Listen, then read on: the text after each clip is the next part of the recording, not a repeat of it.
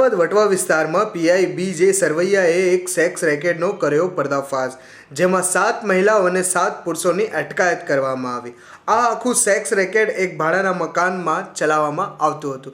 વટવા વિસ્તારમાં આવેલા નિગમ બસ સ્ટેન્ડની બાજુમાંથી મગનભાઈ પટેલ નામના એક વ્યક્તિના મકાનમાં એક મહિલાએ આ મકાન ભાડે રાખેલું હતું। આ મકાનમાં આ મહિલા દ્વારા અનૈતિક દેહ વ્યાપારનો ધંધો કરવામાં આવતો હતો એવી બાતમી મળેલી। આ બાતમી આધારે રેડ કરતા બાતમીવાળી જગ્યાએથી 7 મહિલાઓ તેમજ 7 પુરુષો મળી કુલ 14 વ્યક્તિઓ ઝડપાયેલા, જે પૈકી આ અનૈતિક દેહ વ્યાપારનો ધંધો ચલાવતી મુખ્ય મહિલાને તેમજ તેના અન્ય 2 એજન્ટોને અરેસ્ટ કરવામાં આવેલા છે।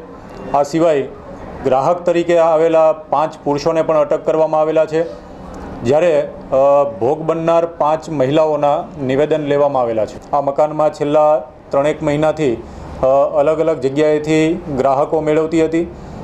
આ ઉપરાંત જે ભોગ બનનાર 5 મહિલાઓ છે તે 5 મહિલાઓ કલકત્તા તેમજ ઉત્તર પ્રદેશ, છત્તીસગઢ અને ઓડિશા જેવા વિસ્તારમાંથી આવતી હોવાનું જણાવેલું છે। યુવતીઓની પૂછપરછ કરતાં અલગ અલગ એજન્ટો મારફતે આ મુખ્ય આરોપી મહિલાના સંપર્કમાં આવેલી। આ મુખ્ય આરોપી મહિલાનું નામ સુમીબેન રાજવંશી છે। પોતે મૂળ ઓડિશાની વતની હોવાનું અને છેલ્લા 1 વર્ષથી અમદાવાદમાં સ્થાયી થયેલ હોવાનું જણાવેલ છે।